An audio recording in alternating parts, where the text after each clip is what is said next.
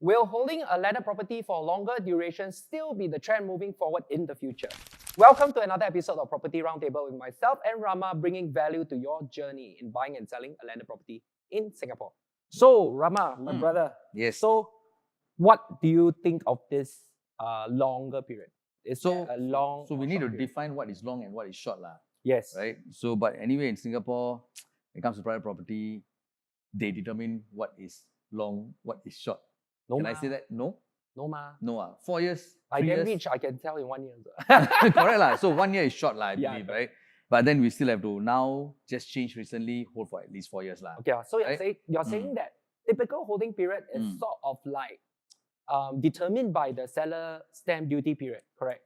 I mean, obviously, because at the end of the day, their profits when they come to sell the place depends on the SSDs, ma. Okay, so for our viewers that are not too clear about seller stamp duty, Okay. it is a period whereby the owner has to hold it.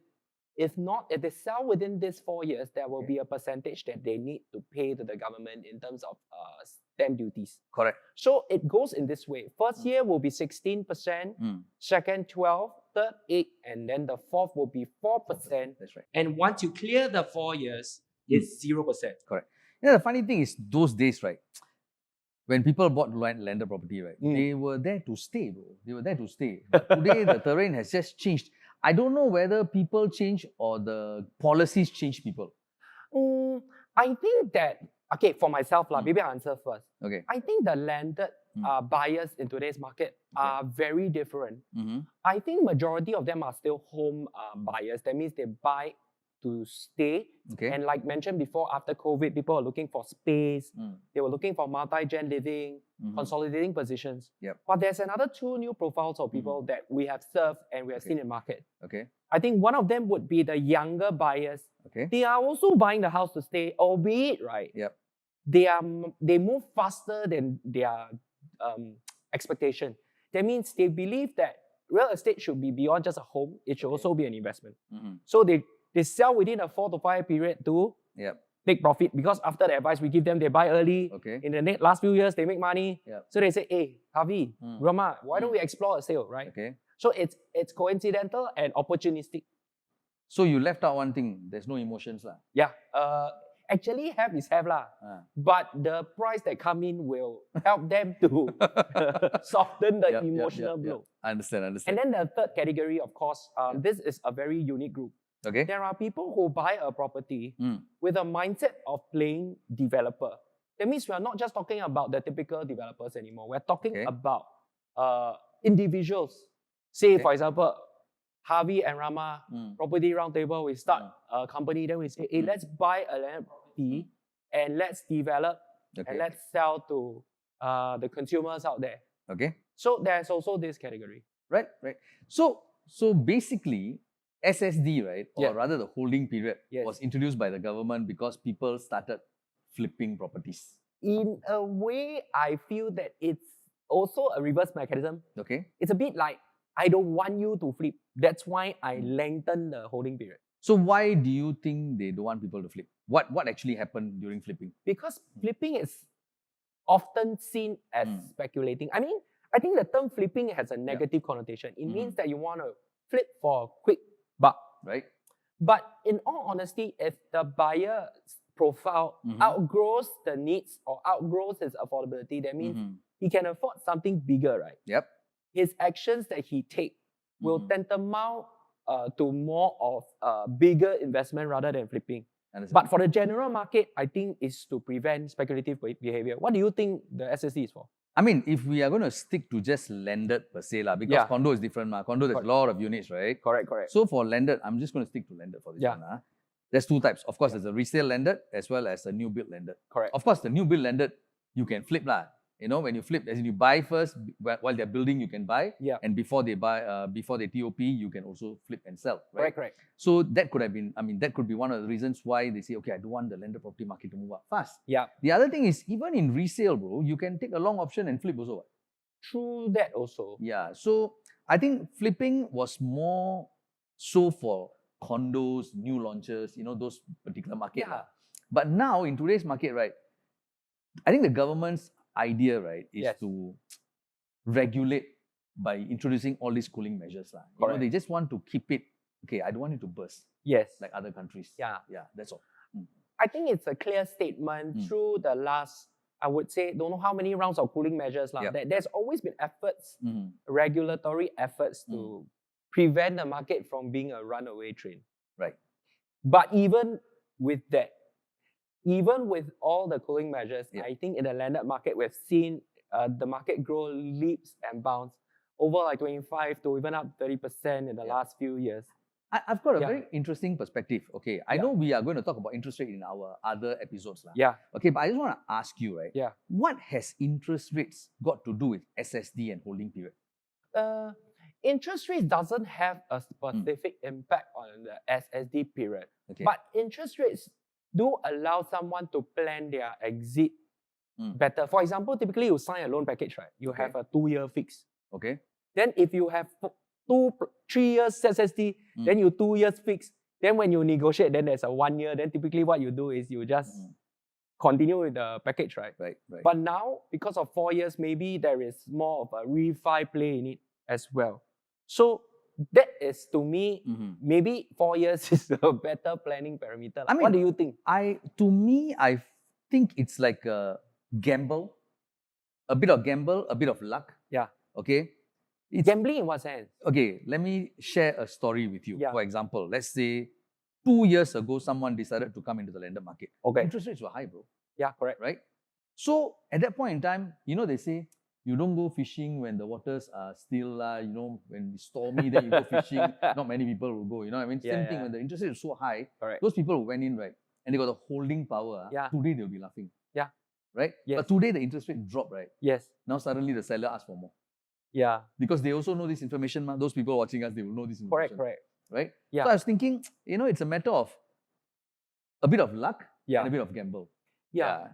So, I truly believe that in future, right, the people who are considering to for a shorter hold, right, in our world and the people that we deal with, right, really fall into the category of younger buyers because they really do have the ability to increase their earning power in quite a short time. Yep. That's right. The profiles of people that we've served so far have been business owners, professionals like doctors, dentists, who have served like finance people as well, who are all of them so thankful for their support in the channel. But of course, we see eye to eye in a way, we see a lot of value in how we navigate the landed space, as well as how we take advantage of the current overall environment and to come up with a solution that gives them a lot of like flexibility and ceiling to grow. Actually, I'm going to throw you another question, bro, because now that I asked you how the interest rates affect, right? Yeah. So the next question is, how does the age affect? Because you see, we talk about holding period. Okay. So holding period means you can hold longer. But then, of course, if you hold longer, then you want to exit, you want to hold another thing, suddenly become very old already. So I think many episodes ago, we ever talked about this thing called like one person's real estate lifetime, right? Yeah. Like they can do how many rounds of investment? Correct. This is only for Singapore. Correct. So in this regard, right, I think what Rama is asking is very specific to loan tenure. Yep. As your loan tenure reduces with your age, right, then your holding period, your monthly installments do go up, right? Yep. At some point when do you call it a day? When do you stop wanting to continue with this, right? So I think one of the strategies that we've always spoken to a lot of our clients is, do remember that there is this opportunity for you to take profit and also reinvest your profit by decreasing your loan as well. Your loan to value 75% each. Most of our clients are able to afford 75%. But how many of them truly take 75% is another thing. So I think that with age comes also the aggression, I would say, whether you really want to do another round. And sometimes I also ask myself, or even Rama, we also ask ourselves, hey, actually, should we just like cruise or should we just sell and then buy the next one? And I've been very candid with a lot of my viewers and buyers or sellers that I am looking to exit and do another round. Yep. So what about you, bro?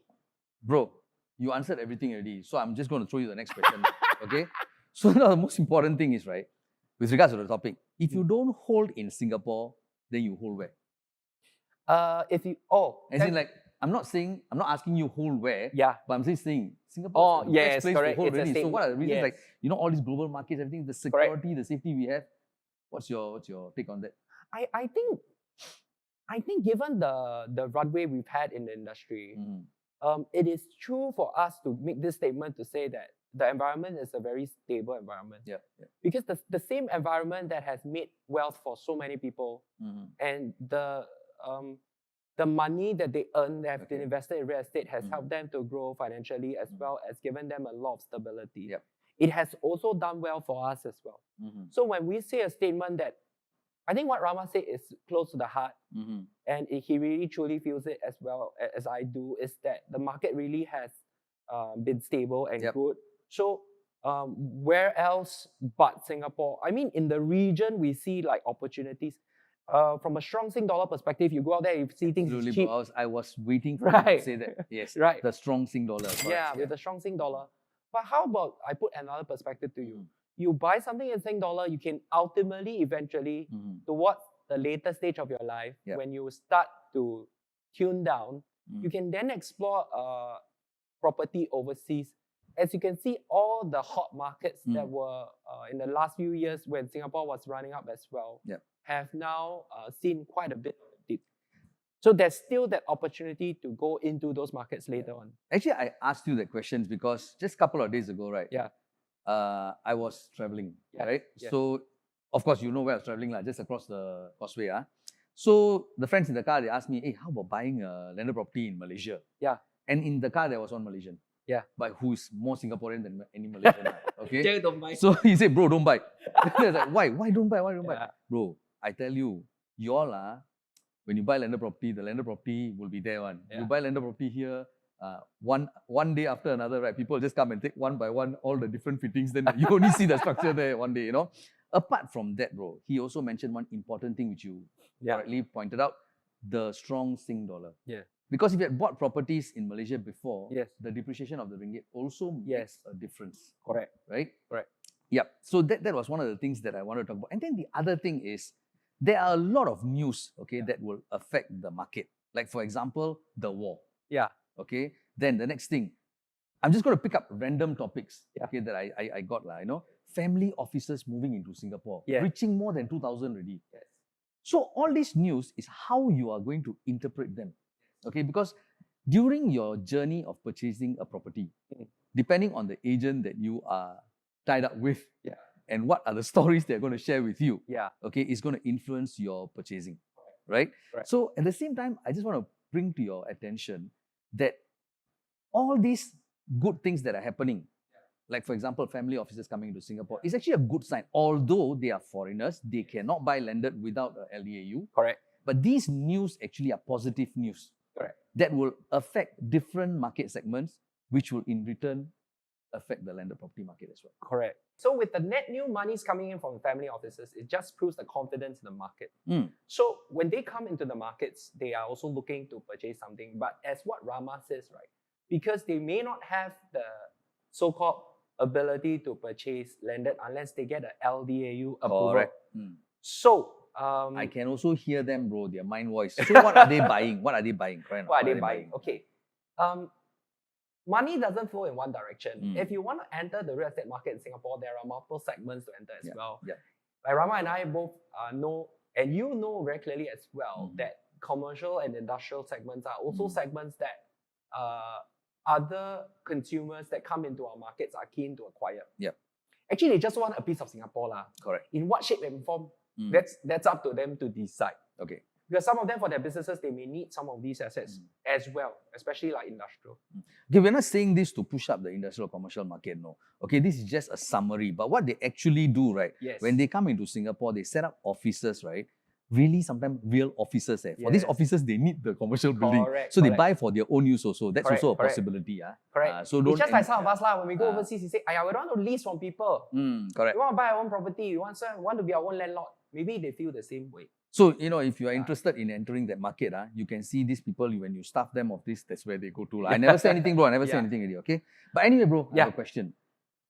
This is in the mind of many of the viewers as well. So are we in a boom, slowdown, recovery, or slump phase? You know the real estate cycle, right? Okay, I think I wouldn't say we're in a boom phase, but I would say that we are in that special window whereby it seems to remind me a little bit about 2021. Okay. Why is that so? In 2021, we saw 3,000 over landed transactions. And why in that year it performed so well? We had really low interest rates, which now we see interest rates below 2%. Correct. We had a relatively interesting boom in the crypto market. And this year, Bitcoin found its all-time high. Yep. Ethereum And too. Ethereum as well. So if you look at all the crypto spaces and you look at the stock market, and if you look at the interest rates environment as well, I think the stars seem to be aligned for people to feel good, albeit if the tariffs does affect the economy, then the feel-good factor may not be as great as it was in 2021. But we have one more quarter to observe. So since interest rates have just started falling, let's observe 4th Q, and then, at the table, we always make predictions for the next year, and we'll give you a direction then. So with whatever Harvey has said, right? Yeah. I mean, all these 4 phases, right? They have some characteristics, lah. Yeah. So from what I hear from Harvey, it's more likely the recovery, lah, which is a step before the boom, Okay, we're not saying it's a boom yet, okay? But recoveries can take quite long recoveries. Okay. Yep. So, bro, in line with today's topic, is holding the property for longer period a wise decision or not? I would say if you are in the category of, let's say you're in your 50s, I think if you buy something, you should hold it. Yep. I think if you're in the younger profile, you can consider to sell it in a shorter window and trade up. That's my thoughts. So I'm going to address the slightly older folks, okay? Yeah. If you're already in the landed segment, and you better hold it, because if you're someone who loves space, trust me, you go condo, you confirm cannot make it. You will not be happy. Especially with your life savings of all your antiques and everything. Also, you need to pay for storage. So that's one thing. The other interesting group all these years that we've been doing this show, bro, is the younger ones. Okay? You guys are the ones, right? A bit off from this topic. You never hold one. Y'all have a plan, which is good. Okay? What we used to do in other property types, you're doing in the landed, which is now a possibility because of you guys. All right. So, for different people, different answers. So in recent times, I came up with this thing. I thought maybe in future we might explore it deeper, but not so soon. It's called the 5 in 5 and the 10 in 10. So you achieve 5 million property portfolio in 5 years, and you achieve a 10 million property portfolio in 10 years. And I think with the table being here since the last 2 years, we have been quite focused with helping our clients actually achieve growing their wealth that way. And if you are keen on understanding what's 5 in 5 and 10 in 10, feel free to contact us at WhatsApp link below. Oh, we have also revamped our WhatsApp link. There is a WhatsApp link for buyers, there's a WhatsApp link for sellers, and there's a WhatsApp link for agents as well. Why is that so? For agents, you can click then you check with us, then you know what the link is for. Absolutely. We would love to hear from you. Thank you so much. If you like what you hear so far, please like and subscribe and share with your friends, and see you in our next episode. Don't forget to comment. Bye-bye.